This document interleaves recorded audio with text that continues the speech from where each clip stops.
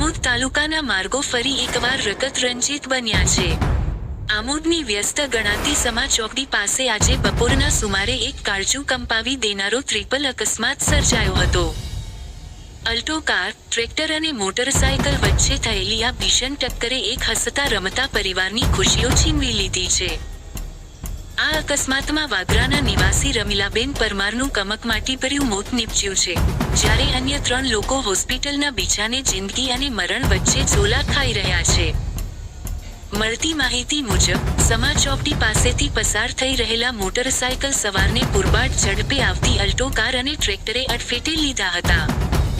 ટક્કર એટલી જોરદાર હતી કે બાઇક પર સવાર 3 વ્યક્તિઓ હવામાં ફંગોળાઈને રોડ પર પટકાયા હતા. પ્રાથમિક અહેવાલ મુજબ આ દુર્ઘટનામાં 50 વર્ષીય રમીલાબેન ગણપતભાઈ પરમાર રહે. વાગરાને માથાના ભાગે અને શરીરે ગંભીર ઈજાઓ પહોંચતા તેમનું ઘટના સ્થળે જ પ્રાણપંખેરું ઉડી ગયું હતું. માર્ગ પર લોહીના ખાબોચિયા ભરાઈ જતા વાતાવરણ અત્યંત ગમગીન બની ગયું હતું. અકસ્માત સર્જાતા જ ભારે અફરાતફરીનો માહોલ જોવા મળ્યો હતો, પરંતુ આ કપરી ઘડીમાં ફરજ પર તૈનાત TRB જવાનોએ ઉમદા ઉદાહરણ પૂરું પાડ્યું હતું. પોલીસની રાહ જોયા વિના જવાનોએ તાત્કાલિક બચાવ કામગીરી શરૂ કરી હતી. ભીડને કાબૂમાં લઈ ઈજાગ્રસ્તોને સમયસર 108 એમ્બ્યુલન્સ સુધી પહોંચાડ્યા હતા. લોકોમાં ચર્ચા છે કે જો આ જવાનોએ સમય સૂચકતા ન દાખવી હોત તો જાનહાનિનો આંકડો વધી શક્યો હોત. આ અકસ્માતમાં ઈજાગ્રસ્ત થયેલા અન્ય લોકોને તાત્કાલિક આમોદ રેફરલ હોસ્પિટલ ખસેડાયા હતા.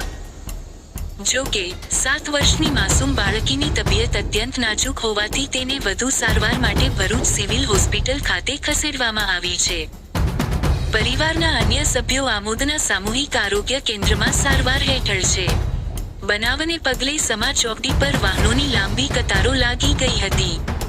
આમોદ પોલીસે ઘટના સ્થળે પહોંચી મૃતદેહને પોસ્ટમોર્ટમ અર્થે ખસેડ્યો છે અને અકસ્માત સર્જનાર વાહન ચાલકો વિરુદ્ધ કાયદેસરની કાર્યવાહી હાથ ધરી છે.